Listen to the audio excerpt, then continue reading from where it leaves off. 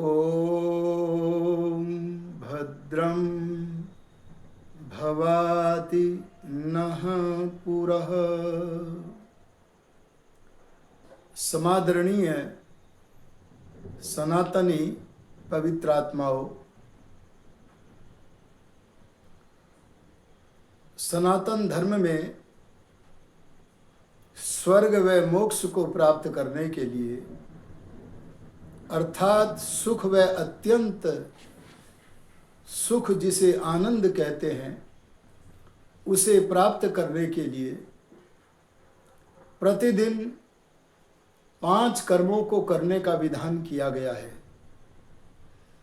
उन कर्मों के नाम हैं ब्रह्म यज्ञ अर्थात ईश्वर की उपासना, देव यज्ञ अर्थात हवन, पितृयज्ञ अर्थात श्राद्ध और तर्पण तथा अतिथि यज्ञ अतिथियों की सेवा और बलि वैश्वदेव यज्ञ अर्थात परमात्मा की संतान नाना प्रकार के जो जीव हैं उनका उपकार करना, जिसे हम प्राणी यज्ञ भी कहते हैं।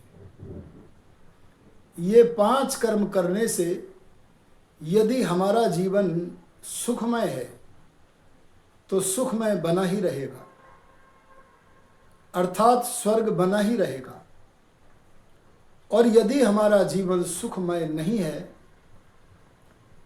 तो इन 5 कर्मों को प्रतिदिन करना प्रारंभ कर दो, हमारा वर्तमान जीवन भी स्वर्ग बन जाएगा और देहावसान के बाद परलोक में भी बना बनाया स्वर्ग मिलेगा।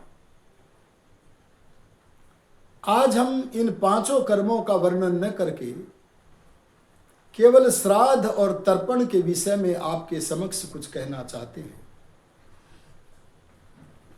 सबसे पहले हम समझते हैं कि श्राद्ध किसे कहते हैं।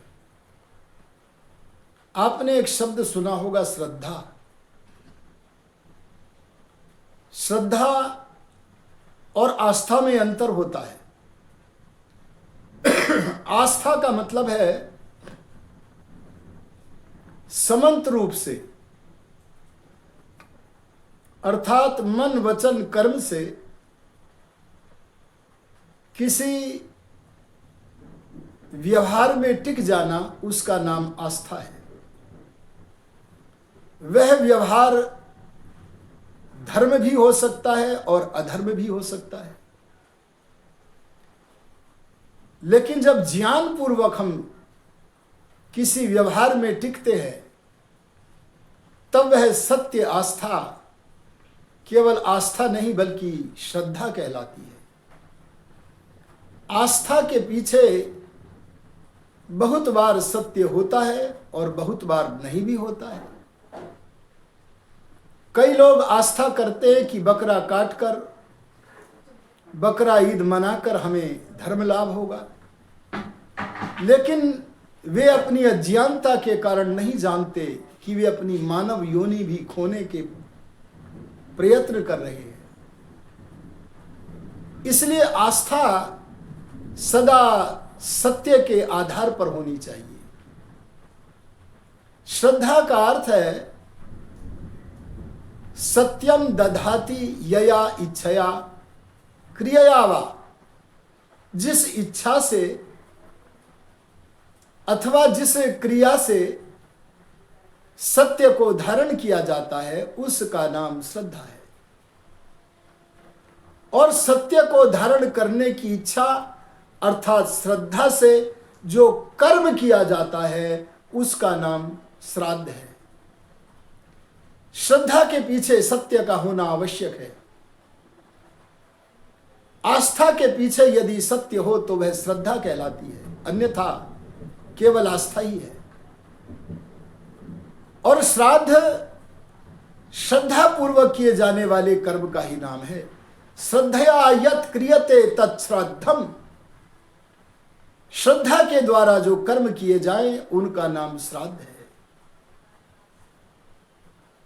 इसी प्रकार से एक शब्द है तर्पण।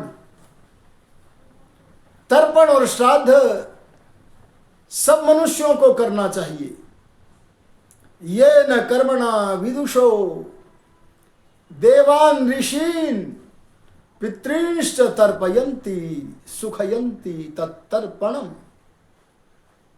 जिस कर्म से विद्वान रूप देव ऋषि वह पितरों को सुखयुक्त करते हैं, उनका नाम तर्पण है। यह तर्पण करना हमारा कर्तव्य है।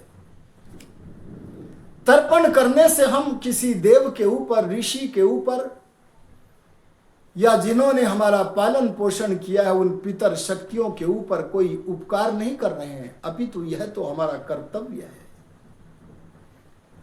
प्रत्येक सनातनी को तर्पण करना चाहिए और श्राद्ध भी करना चाहिए। आजकल हम देखते हैं सर्वत्र भ्रष्टाचार चल रहा है। हम सनातनियों में जो व्यक्ति ईश्वर के सही अर्थों में उपासक नहीं बन पाते, वेद के अध्येता नहीं बन पाते, वेद के अनुकूल ऋषि मुनियों के ग्रंथों को नहीं पढ़ पाते, तो ऐसे लोगों को जो चाहता है सो बहका देता है और वह पाखंडी ब्राह्मण का रूप धारण करके हमें अधर्म के मार्ग पर ले जाता है और वह अधर्म के नाम पर ले जाता हुआ हमें कहता है कि भाद्रपद की पूर्णिमा से लेकर आश्विन मास की अमावस्या तक आप अपने मृतक पितरों का श्राद्ध व तर्पण करो। वे हमें सनातन धर्म के विरुद्ध, वैदिक धर्म के विरुद्ध, राम कृष्ण की संस्कृति के विरुद्ध, सत्य के विरुद्ध अज्ञानता की ओर, अधर्म की ओर ढकेलते हुए कहते हैं तुम्हारे मृतक पितरों के नाम पर हमें वे वस्तुएं दान करो जो उनको प्रिय थी और हमें वे वस्तुएं खिलाओ जो उनको प्रिय थी। ऐसे दुष्ट लोगों को यदि कोई स्वार्थी न कह दे, इसलिए उन पाखंडियों ने अपने साथ कौओं को भी जोड़ लिया और उन्होंने बहकाते हुए उन भोले भाले भाइयों को कहा कि कौओं को भी रोटियां खिलाओ। आप जानते हैं भाद्रपद पूर्णिमा से लेकर आश्विन मास की अमावस्या पर्यंत चलने वाले मृतकों के तथा कथित श्राद्ध के नाम पर उन्होंने अपने साथ कौओं को क्यों जोड़ा? क्योंकि कौआ ही वह है जो दक्षिणा नहीं ले जाएगा और कोई भी जीव दक्षिणा नहीं ले जाएगा और वो दक्षिणा सारी हमारे पेट में, हमारी जेब में जाएगी। ऐसे लोगों से बचने की आवश्यकता है। श्राद्ध तर्पण से बचने की आवश्यकता नहीं है, लेकिन ऐसे लोगों से बचने की आवश्यकता है जो मृतक श्राद्ध के नाम पर अपने उदर को भरकर आपके भोलेपन का लाभ उठाते हैं। आप यदि स्वयं स्वाध्याय करें, ए सनातनियों, स्वाध्याय करना धर्म नहीं है बल्कि परम धर्म है, क्योंकि स्वाध्याय रूपी तप करने से सनातन धर्म की जितनी पवित्र बातें हैं वे सारे हमारे जीवन का अंग बन जाती है। इसलिए यदि हम स्वाध्याय करने लगें तो हमें कोई बहका नहीं सकता है। तब आप उनसे कह सकते हैं कि भाई श्राद्ध तो जीवितों का होता है, मृतकों का नहीं होता। चारों वेदों में और वेद भक्त ब्रह्मा से लेकर दयानंद पर्यंत किसी भी ऋषि के ग्रंथ में, उपनिषदों को ले लो, दर्शनों को ले लो, अरे ऐतरेय, शतपथ, साम, गोपथ आदि ब्राह्मण ब्रह्म का व्याख्यान करने वाले ग्रंथों को ले लो, किसी भी वेद के अनुकूल जो ग्रंथ है उस ग्रंथ को ले लो। वहां सर्वत्र यदि तर्पण और श्राद्ध का प्रसंग आवेगा तो इस प्रसंग में वे जीवितों के श्राद्ध की बात ही कहते मिलेंगे। इस श्राद्ध और तर्पण का नाम पितृयज्ञ भी है। इस पितृयज्ञ के दो भेद है, श्राद्ध और तर्पण, अर्थात पितृयज्ञ में श्राद्ध और तर्पण दोनों आ जाते हैं। अगर आपने स्वाध्याय किया तो बहकाने वाले लोगों को कह सकोगे, अपने स्वाध्याय के बल पर कह सकोगे कि जीवितों का श्राद्ध होता है, मृतकों का नहीं। वे पूछेंगे मृतकों का क्यों नहीं होता, जीवितों का क्यों नहीं होता? तो आप तर्क के अनुसार, अरे युक्ति के अनुसार, अरे प्रमाण के अनुसार उन लोगों को अपने स्वाध्याय के बल पर बता सकोगे और सच्चा श्राद्ध और तर्पण उनके समक्ष प्रस्तुत कर सकोगे। आप ऐसे लोगों से कहना तुम हमें मृतक, हमारे जो पूर्वज इस शरीर को छोड़कर चले गए, परलोक में नए माता पिताओं के मध्य में नए परिवार में चले गए, भला हम उनका श्राद्ध कैसे कर सकते हैं? क्योंकि उनकी तो हमें अप्राप्ति है। क्रिया वहां होती है जहां मनुष्य विद्यमान होता है। हम जहां क्रिया करेंगे वहां हम तो हैं, लेकिन जिसके लिए क्रिया करेंगे वे हमारे मृतक महानुभाव तो विद्यमान नहीं है। वे तो नित्य पिता परमात्मा की व्यवस्था में अपने कर्मानुसार अगले जन्म को प्राप्त कर गए। इसलिए ए बहकाने वाले पाखंडियों, मृतक श्राद्ध के नाम पर हमें ठगने का प्रयत्न न करो, हमें सनातन धर्म से दूर करने का प्रयत्न मत करो, हमें राम कृष्ण दयानंद की संस्कृति की ओर ले चलो। और उनसे कहना कि मृतकों की अप्राप्ति होती है, तो भला हम मृतकों का श्राद्ध कैसे कर सकते हैं? श्राद्ध तो केवल उनका होगा जो हमें प्राप्त हैं, और कहना उनका प्रत्यक्ष होना भी दुर्लभ है। जिनका प्रत्यक्ष होना दुर्लभ है और जिनकी अप्राप्ति है, जो हमें प्राप्त थे पर अब प्राप्त नहीं है, भला उन मृतकों का श्राद्ध कैसे करें? हमें श्राद्ध तो करना है, पर उनका करना है जो प्रत्यक्ष जीवित है, जो हमें प्राप्त हैं। यही वेदादि सत्य शास्त्रों का सनातनियों के लिए, अरे सारी मानव जाति के लिए संदेश है। इसलिए ध्यान देना, हमें सेवा करनी है और वो जीवितों की करनी है, विद्यमानों की करनी है। जो अविद्यमान है हमारी दृष्टि में, उनकी हम कैसे करें? और श्राद्ध हम केवल 3 का करेंगे, देव, ऋषि और पितर। देव शब्द का बहुत बड़ा व्याख्यान है। मैं उस सारे व्याख्यान को आपके मध्य में न रखकर केवल एक वाक्य बोलूंगा, सत्यम वै देवाः अनृतम मनुष्याः। जिनके जीवन में सत्य होता है, निश्चय से वे देव होते हैं, और जिनके जीवन में सत्य के विपरीत अनृत मिथ्या भाषण होता है, वह साधारण कोटि के मनुष्य होते हैं।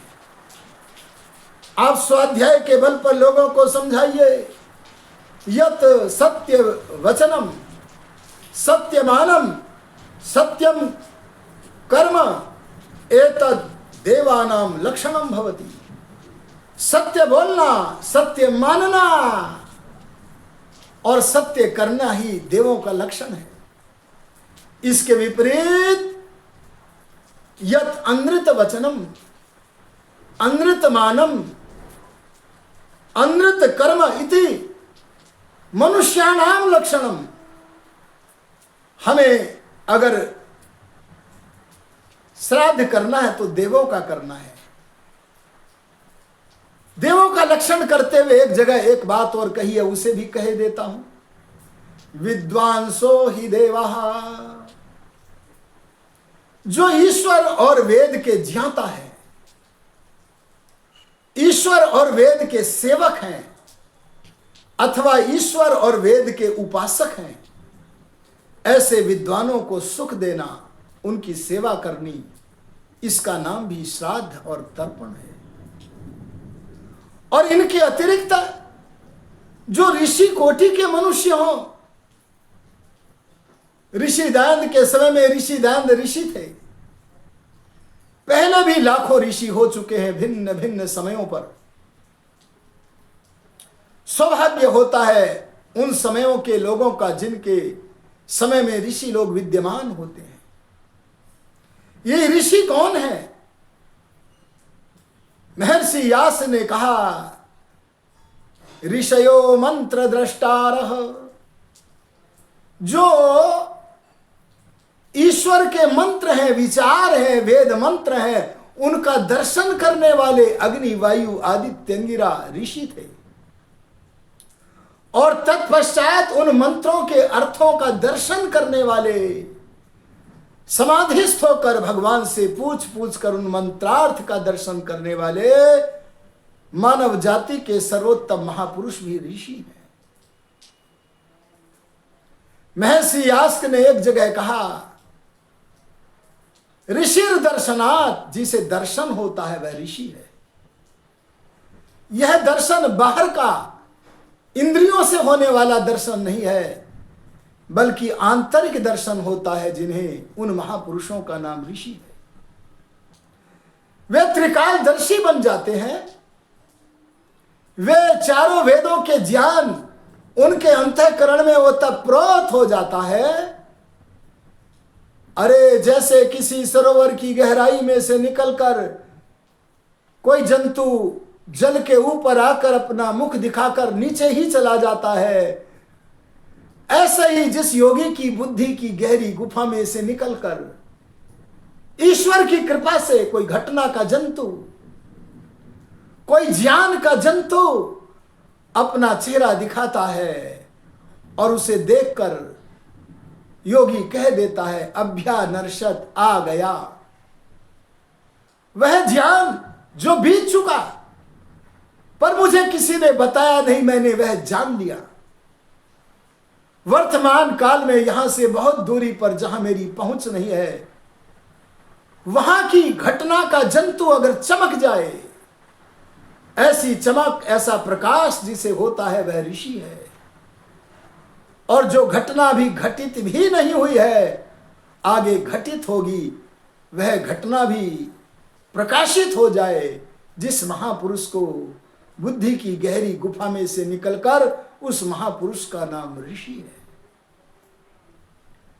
ऐसे ऋषियों का सम्मान करना, श्रद्धा पूर्वक इनसे परमार्थ की शिक्षा लेना और इनसे इनका विभिन्न प्रकार से सुख पहुंचाना, ये तर्पण और श्राद्ध है। आप लोग ध्यान दीजिए, ऋषि के अलावा पितर और कौन है जिनका हमें श्राद्ध करना है? वे हैं हमारे पितर, जिनका श्राद्ध और तर्पण करना है। जैसे कि पिता पालन शक्ति है, पिता मह आदि, जैसे कि माता, और माता ही नहीं, माता महादि, विद्वान और जो अवस्था से ज्ञान से बड़े हैं, ऐसे जो भी सम्मान्य महापुरुष हैं, जो सम्मान के योग्य हैं, वे सब पितर संज्ञक हैं। उन लोगों को उत्तम जल प्रदान करो, उन्हें अच्छे अच्छे रसों का पान कराओ, उन्हें अच्छे अच्छे भोजन प्रदान करो, उन्हें नाना प्रकार से सुख प्रदान करो। ये सुख प्रदान करना हम तथा कथित पाखंडियों को खिलाकर अपने पितरों को, ऋषियों को या देवों को नहीं कर सकते, क्योंकि उनकी अप्राप्ति केवल हमें ही नहीं है, उन पाखंडियों को भी वे प्राप्त नहीं है। उन पाखंडियों को भी वे प्राप्त होने दुर्लभ, उनका प्रत्यक्ष होना सुलभ नहीं है, दुर्लभ है। इसलिए उन पाखंडियों से बच करके रहो और श्राद्ध करो, तर्पण करो, प्रतिदिन करो। हमारे पितर किससे प्रसन्न होते हैं? अगर हम उनकी उत्तम आज्ञाओं के अनुसार चलते हैं तो प्रसन्न होते हैं। आप यदि अपने पिता, पितामह आदि, माता, मातामह आदि, उन्हें एक अच्छा सा ज्ञान प्रदान करें। लो जी, ये स्कूटर लो, आप इससे जहां चाहो भ्रमण करो, सत्संगों का लाभ करो, बड़ी बड़ी आध्यात्मिक संगोष्ठियों का आनंद लो। बोलो, उस स्कूटर को प्राप्त करके आपके जीवित पितर सुखी होंगे कि नहीं होंगे? आपकी समृद्धि बढ़ जाए तो आप जिनका तर्पण करना है, जिनको प्रसन्न करना है, अपने उन देवों को, ऋषियों को, पितरों को एक कार और ड्राइवर दे दो और कहो ले कार और ड्राइवर है, जहां चाहो, चाहे वर्षा हो, शीत हो, गर्मी हो, यहां वहां जहां तहां पर्यटन करो और आध्यात्मिक संगोष्ठियों का सेवन करो। बोलो, वे ज्ञान प्राप्त करके प्रसन्न होंगे कि नहीं? यह है तर्पण। और अगर आपकी समृद्धि बढ़ जाए तो आप उन्हें विमान क्रय करो और विमान क्रय करके उन्हें अर्पित कर दो और कह दो, पिताजी, माताजी, दादा दादी, ताऊ ताई, चाचा चाची, विद्वान, आप इस यान के माध्यम से यहां वहां जहां तहां कष्ट रहित होकर आध्यात्मिक संगोष्ठियों के साक्षी बनो, जिनको करने से हमारे पितर तृप्त होते हैं। उस कर्म का नाम तर्पण है। और उन्हें भोजन आच्छादन आदि से जो सुख दिया जाता है, उस सुख देने का नाम श्राद्ध है। और कोई मनुष्य किसी भी काल में मृतकों का श्राद्ध और तर्पण नहीं कर सका है। श्राद्ध और तर्पण तो केवल जीवितों का होता है। देखो भगवान क्या कहते हैं, भगवान की मानो, पाखंडियों की नहीं। अरे मैं तो सनातनी हूं, सत्य का प्रवक्ता हूं, हमें तो केवल सत्य कहना है। मैं तो सनातन धर्म का ऐसा वक्ता हूं, आर्य समाज रूपी निर्माण स्थल पर ऐसा बना हूं कि वक्ता जो सुनना चाहते मैं वह नहीं सुनाता। और मैं क्या, आर्य समाज की वेदी से कोई भी वक्ता नहीं सुनाता। हम तो वह सुनाते हैं जो श्रोता सुनना चाहता वह नहीं, बल्कि श्रोताओं का कल्याण जिसमें होता है। श्रोता सत्य धर्म का ज्ञान प्राप्त करके प्रकाशित जिससे होते हैं, हम वह सुनाने की चेष्टा करते हैं। इसलिए हम चाहते हैं आप मृतकों के श्राद्ध करने का जो अभिनय अनेक वर्षों से कर रहे हैं, वह सनातन वस्तु नहीं है।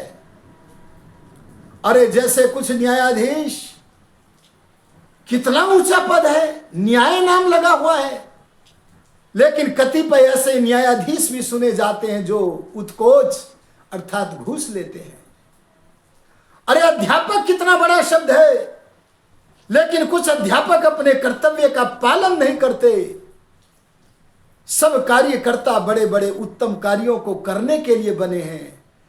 ऐसे ही धर्मोपदेशक जो लोग हैं, उनका कर्तव्य तो यह था कि लोगों की अविद्या का नाश और विद्या की वृद्धि करें।